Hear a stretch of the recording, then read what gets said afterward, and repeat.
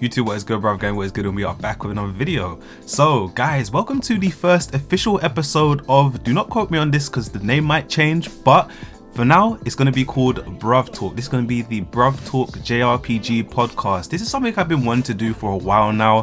Kind of just me talking about my thoughts and feelings on certain topics that just come to mind. A lot of the time, if you guys want to follow me over on Twitter at @thebigBruv_, I will be leaving it in the description. It's always in the description anyway, my handle on Twitter. But a lot of the time, there's a lot of topics that come up on Twitter, and a lot of the time I'm really good just typing my thoughts out, but a lot of the time I'm not very good at speaking my thoughts out, if that makes any sense. So I've been watching a lot of informative podcast type of content on YouTube recently. Just a lot of chill stuff, people just kicking back, talking about video games, just talking about topics that they really love. And I think this is just something, or a new direction pretty much, that I kind of just want to take the channel in. Of course, not every single video is going to be like that. Of course, I'm going to be giving you guys scripted videos, but the old stuff basically that you guys are used to seeing. But I kind of just want to use this time to talk about topics. I did used to do a kind of JRPG news roundup back in the day, so I kind of want to bring that back to the channel. It's called the JRPG Roundup Show, so I kind of want to bring that back here in Bruv Talk. I think I'm going to stick with the name Bruv Talk as well. I'm kind of just talking to myself out loud and kind of feeling things, but I think Bruv Talk, you guys let me know down below in the description anyway what works, but I think Bruv Talk works for the podcast name. So this is officially episode 1, and the topic around this video, or around this first episode of the podcast, is going to be the era of JRPG remakes and remasters. So guys, as mentioned, of course, the title of this first episode of the podcast is the era of JRPG remakes and remasters. So when it comes to JRPG remakes and remasters, especially when it comes to remasters, it's a great time right now, man. It's a time to be excited. There are so many games that are out there right now, or games that are on the way right now. Of course, the one game that comes to mind immediately is Tales of Grace's F. So far, that has been so well received, the remaster. There have been a few issues. Of course, a lot of these remasters are not perfect. That's one thing I will say. They are not perfect, but they are remasters of some of our favorite games that we grew up playing. There will be a time and a place where I do get around to playing the HD remaster for Tales of Grace's F. But man, oh man, so far it looks really good, man. Really good. I'm actually really impressed with the job that Bandai Namco did. But yeah, as I said, JRPG remasters, when it comes to those, they are pretty much hit and miss. They can be cash grabs, or they can be a great modern gateway for newer fans to get into older games, basically. So when it comes to remakes and remasters, they have honestly been a great way for me personally. For someone who's only 28 years old, of course, there are so many classic JRPG games that I have never played before. And the one thing with me, I'm always going to throw my hat in there. I'm always going to play any game that's recommended, any game that's got hype or buzz around it, any game that's obscure or under the radar. I'm always going to throw my hat in there, especially when it comes to JRPGs, and play it. Because for me personally, the experiences that I've had with JRPGs over the years have always been great. So going back and playing some of the classics, the one game that does come to mind immediately is Final Fantasy VI. I remember I played the remaster for that, I want to say 2 years ago, I believe now. 2 years ago. Man, time is flying by, guys. Time is absolutely flying by. But yeah, I played that 2 years ago now, and man, I could see why the game was held in such high regard. The writing within that game was absolutely amazing, but being able to experience that through a remaster, and a remaster that was done well, with great quality of life features, with great accessibility features that allows for newer players to get into some of these older games, is perfect. It's absolutely perfect. Now I will say quality of life features is definitely something I will be talking about throughout this video. So recently, the Suikoden 1 and 2 HD remasters did get a trailer that came out recently. Shout out to my guy Livestream over on Twitter. I will be leaving his handle down below, man. That is my guy. When it comes to just talking about JRPGs or just conversating about JRPGs, that is my guy, man. Big shout out to you, Livestream, man. You're my guy. Really appreciate you. And of course, a huge Suikoden fan as well. So A trailer came out recently, which I will be leaving within this video so you guys will be able to see, and I will be linking it down below if you have not seen it as well.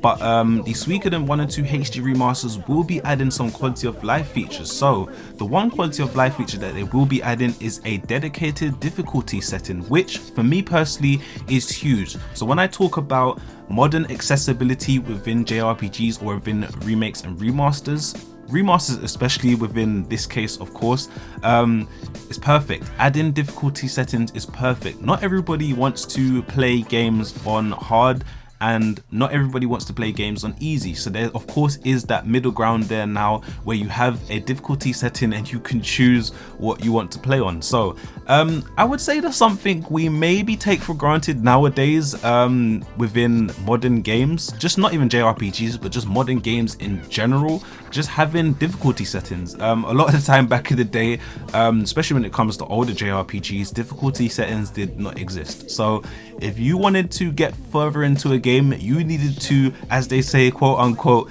get good. You needed to get good, man. You need to grind your ass off, especially when it pertains to a JRPG. You need to grind your ass off, grind gear, grind levels, anything to get past a section, to get past a boss or anything like that. But as I kind of did say over on Twitter in conversation, is that we are kind of in the era where Souls-likes are pretty much in demand. Now you'll see where I'm kind of going with this, but Souls-likes are pretty much within demand at the moment. So people do like a challenge. So the one game that does come to mind immediately is Black Myth Wukong. Now, me personally, I am not the best when it comes to Souls games. I do enjoy watching people who are absolutely amazing at these games go through with them, but just for someone like me who doesn't really have time to sit there and grind a game like a Souls-like type of game where it's really, really hard and stuff like that. I kind of just prefer to put my time into a JRPG where I kind of understand the gameplay loop and stuff like that. I do understand the gameplay loop when it comes to Souls-like games, but for me personally, they're just really, really hard, man, and I don't have the, it's not in my DNA, man, it's not in my blood. I can't do it. Anyway, now, as I said, a lot of these older JRPGs were very, very hard back in the day. So, as I said, a lot of hardcore fans of these older JRPGs will probably appreciate having that harder mode there now. So of course it will become more of a challenge. It will become more of a thing where there's more content, there's more things for people to do within these games. But as I said, adding a dedicated quality of life and a dedicated difficulty setting is perfect for new and old fans alike. So as I said, there is that middle ground there now, and I did obviously say when it pertains to Souls-likes being a thing now where people do prefer a challenge, but there is also fans who just want to play these games casually. They want to enjoy the story, and a lot of games are offering that nowadays, especially when it comes to remasters, especially of these older JRPGs like I did mention, where they are notoriously known for, I wouldn't say being hard, but just more of a challenge. I would say more of a thing where, as I said, you need to grind a lot of the time to get further into the game. And of course, back in the day, there wasn't the internet, so you couldn't search up, I don't know, a best build, best character to use, best weapon to use, best way to level up, or best way to get good, best way to get strong. You already know the type of like videos I'm talking about, or the type of things I'm talking about that people might search. But yeah, adding dedicated difficulty settings is really huge and a big modern accessibility feature for new and old fans alike. So the final quality of life feature that I have seen they added on the Suikoden 1 and 2 HD remasters is for players having the ability to read runes and unite attacks descriptions in battle, which is huge. This is huge. Now, you guys will probably think to yourself, bruv, this should be a thing that's added within all games. Well, of course, within modern JRPGs, within modern games, for example, especially when it pertains to a turn-based game, being able to read the description of what a certain attack does or what a certain ability does is pretty much common courtesy. It's like, I don't know, just holding the door for somebody. It's common courtesy. But it's something that should be added within all modern JRPGs, or just within all modern games, for example, that when it pertains to an ability or being able to understand what something does. But when it comes to older games when it comes to the PS1 era, when it comes to the SNES era. A lot of those games, of course, they needed manuals. Manuals were a big thing back in the day, or strategy guides were a big thing back in the day of understanding what done what, or word of mouth or trial and error was a big thing when it came to these games. But of course, we are now within the modern era of video games. Quality of life features are a big thing, and being able to add something like being able to read the description of what a certain ability or certain attack does within battle is really big, man. And it just goes back to me saying remasters are a great way for new fans to get into a lot of these older games. A lot of these older games, as I said, did rely on manuals and did rely on things like grinding and being able to get good over a certain period of time, which did take a bit of time to do things. And of course, trial and error was a big thing too. But just adding small things like this just goes a long way. It goes a long way. It goes a long, I'm talking like I'm French, long way. It goes a long way to helping newer fans just get into some of these games, man. It really does. So guys, the next topic is kind of something that I kind of just want to mesh together. They kind of come under the same umbrella or same bracket. So I was scrolling on Twitter the other day and had seen that Sega had re-registered the trademark for Skies of Arcadia.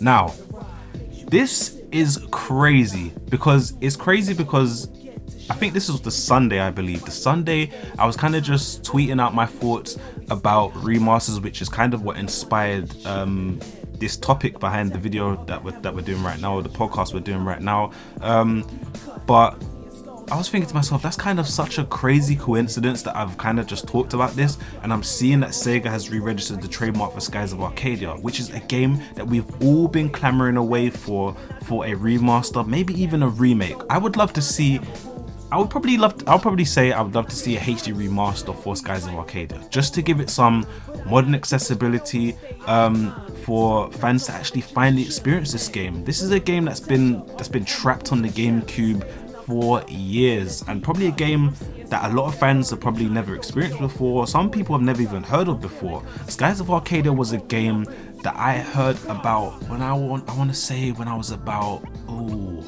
maybe when I was about 14 or 15. And I remember seeing it online somewhere and people were talking about it, and I was thinking to myself, what is this? I was thinking to myself, on the GameCube, I missed out on this. There's no way. So I remember I went ahead, played it way later on in life. I did play it, and man, oh man, it was such a great game. A game that everyone needs to experience. And as I said, this is a game that really needs to get a remaster, or maybe potentially even a remake. A remake for Skies of Arcadia would be crazy, absolutely crazy. But I think with the way, I'm kind of just thinking more in terms of another GameCube game that did get remastered, which was the Baten Kaitos 1 and 2 HD remasters. Those were absolutely brilliant, and those are two games that I do need to finish, by the way. But I did start 1, which I'm a good chunk of the way through 1, but that is kind of sitting in my backlog right now. But I do need to get back to those, because man, those games were absolutely incredible, or that game, should I say, was absolutely incredible. Haven't got round to 2 yet, but Battle Kaitos 1, absolutely amazing. But yeah, I do need to get back around to those. But anyway, I think a HD remaster for Skies of Arcadia would be absolutely incredible, man.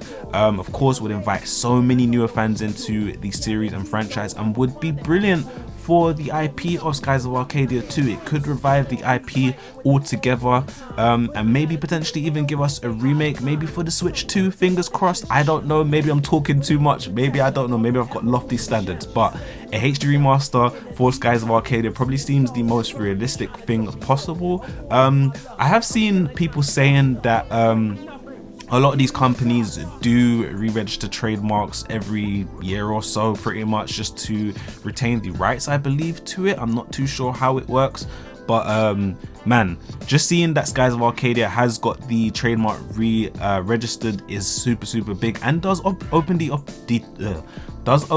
door of opportunity. You guys will understand that I talk so damn fast, sometimes I just trip over my own words. Which is pretty much the idea of this podcast, just getting me comfortable with just talking off the top of my head. But anyway, back to the topic at hand. But yeah, as I said, this would be brilliant to open up the floor for conversation like we're doing right now. Open up the floor for conversation online, open up the floor for conversation on YouTube, videos, anything that people might want to talk about when it comes to Skies of Arcadia. And of course, it might even open the floor for people to maybe, I don't know, try out this game, for example. Now, the physical copy for Skies of Arcadia is super expensive. I do remember that. It is super expensive. So you might want to emulate it somehow, some way. I'm not going to tell you how, but you might want to emulate it somehow, some way. Great game, by the way, and a game I believe everyone should experience.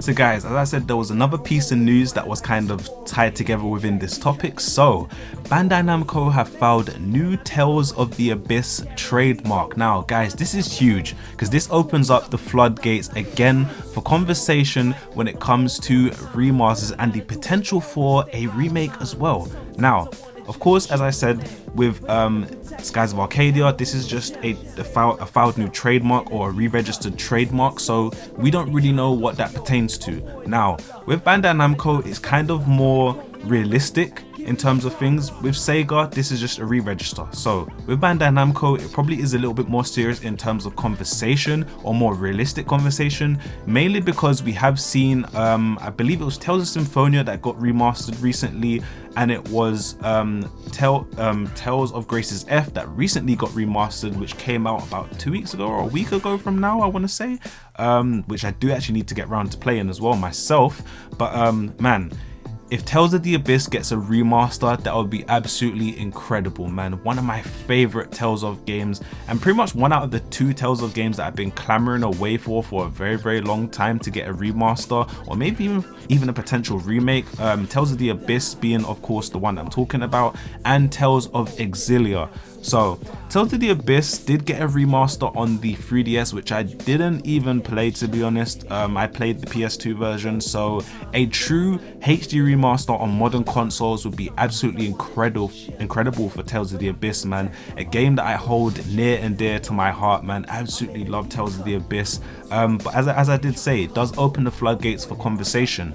Tales of Exilia would be absolutely incredible, man. Oh man, this is one of my favorite Tales of games of all time. I actually recently replayed Tales of Exilia about 3 years ago now, I want to say. Absolutely incredible experience, man. And Tales of the Abyss is one of my favorite Tales of games, and definitely one of the games in the series that I recommend people to start with. Whenever people ask me about recommendations for Tales of games, of course, Tales of Arise is the modern gateway for newer fans to get into the series, but Tales of the Abyss, Tales of Exilia, Tales of Vesperia, those are the big 3 that I always recommend. Tales of Symphonia is of course in there too, because that's a game that I hold near and dear to my heart. That was one of my first Tales of games that I did play. But man, as I said, this just opens up conversation that can be had online, and opens up speculation that could be had. Man, if we do get a Tales of the Abyss remaster, HD remaster, I'll be absolutely pumped for that. And I'll be even more pumped for that if it does come to the Nintendo Switch 2. That would be absolutely incredible, man. Would be so dope. But yeah, man, does open up the floor for conversation. So please let me know down below in the comments as well. What Tales of game would you guys like to see remastered? That would be absolutely incredible. Some good conversation that could be had down below as well. So guys, the final topic that I want to talk about is the Trails in the Sky first chapter new trailer. Man, I had no words for this, man. Absolutely no words. I was so shocked at how good it looks, man. From the first initial announcement trailer, I was hyped just from the jump. If you guys know me personally, you guys will know that Trails in the Sky is like my baby, man. Just the Sky trilogy in general, but Trails in the Sky, the first game in the series, in the whole Trails series, man, it holds a place near and dear to my heart, man. I absolutely love Joshua and I absolutely love Estelle, man. 2 characters, it's mainly Estelle, but they both hold a special place in my heart, man. But just seeing them here within the remaster / remake, because I kind of don't really want to classify classify it as a remaster and I kind of don't want to classify it as a remake. It's kind of like a hybrid between the two. Of course, it sticks to the source material, so it is remaster in that sense, but in terms of how the graphics are and everything else, it's more of a remake. So just seeing Estelle and everyone else move around in 3D, just, oh man, it looks so good. And that remastered soundtrack just sounds absolutely incredible, man. Oh, I can't get over it. For me personally, I'm just so hype for Trails in the Sky first chapter. And the one thing I want to say is that I really hope people will support it, because it will give Falcom so much more incentive to go out there and bring us the trilogy all together remade. And of course, it'll finally be a modern gateway for people to experience this incredible series. Now, when it comes to the Trails series, I am not caught up because there are so many damn games in the series, and of course there are so many damn JRPGs releasing, so it's a bit hard to kind of tackle certain games in your backlog. So I've kind of given up hope on that, and I'm kind of just gonna go back when I can. At the moment, Trails Through Daybreak is the game that I do want to finish, and then obviously Trails Through Daybreak 2. But when it pertains to Trails in the Sky first chapter, that's going to be a day one purchase for me, man. I cannot wait. Just seeing all the abilities, the S-Class, everything just looks so flashy, everything looks so clean and modern. This is going to be the perfect modern gateway for fans to finally experience the Trails series, or the Trails I'm getting my words muddled up now. The Sky Trilogy. I was struggling to get that one out. But the Sky Trilogy is going to be a perfect way for newer fans to get into it. When it comes to recommending the perfect starting point for fans who kind of just want that modern experience, it is a little bit hard, especially for someone who holds the Sky Trilogy near and dear to their heart, especially Trails in the Sky, where pretty much Trails of Cold Steel does seem to be the modern gateway for fans to get into the series. And then if they do want to, they kind of do go back and play, sometimes even watch the Sky trilogy. But now having Trails in the Sky first chapter being remade / remastered, man, this is a perfect gateway for fans to finally experience the actual way to get into the Trails series, or the actual starting point of the Trails series. As I said, this is a game that is near and dear to my heart. The trailer looks absolutely incredible, which I will be leaving throughout this video as well, this section or this topic that I'm talking about right now. But so far it looks really good, man, and I cannot wait for it to release sometime this year. So guys, that will do it for the first ever episode of the Bruv Talk JRPG podcast. I would love to know you guys' thoughts on what JRPG remasters and remakes you would love to see potentially come up in the next few years. So as always, please like, sub, share if you're new, hit that notification bell so you get notified of my videos first, and I hope I can be you guys' #1 source for all JRPG news. So from me too, this has been your bruv, the big bruv, and I'm gonna catch you guys in the next video. I'm out. Peace.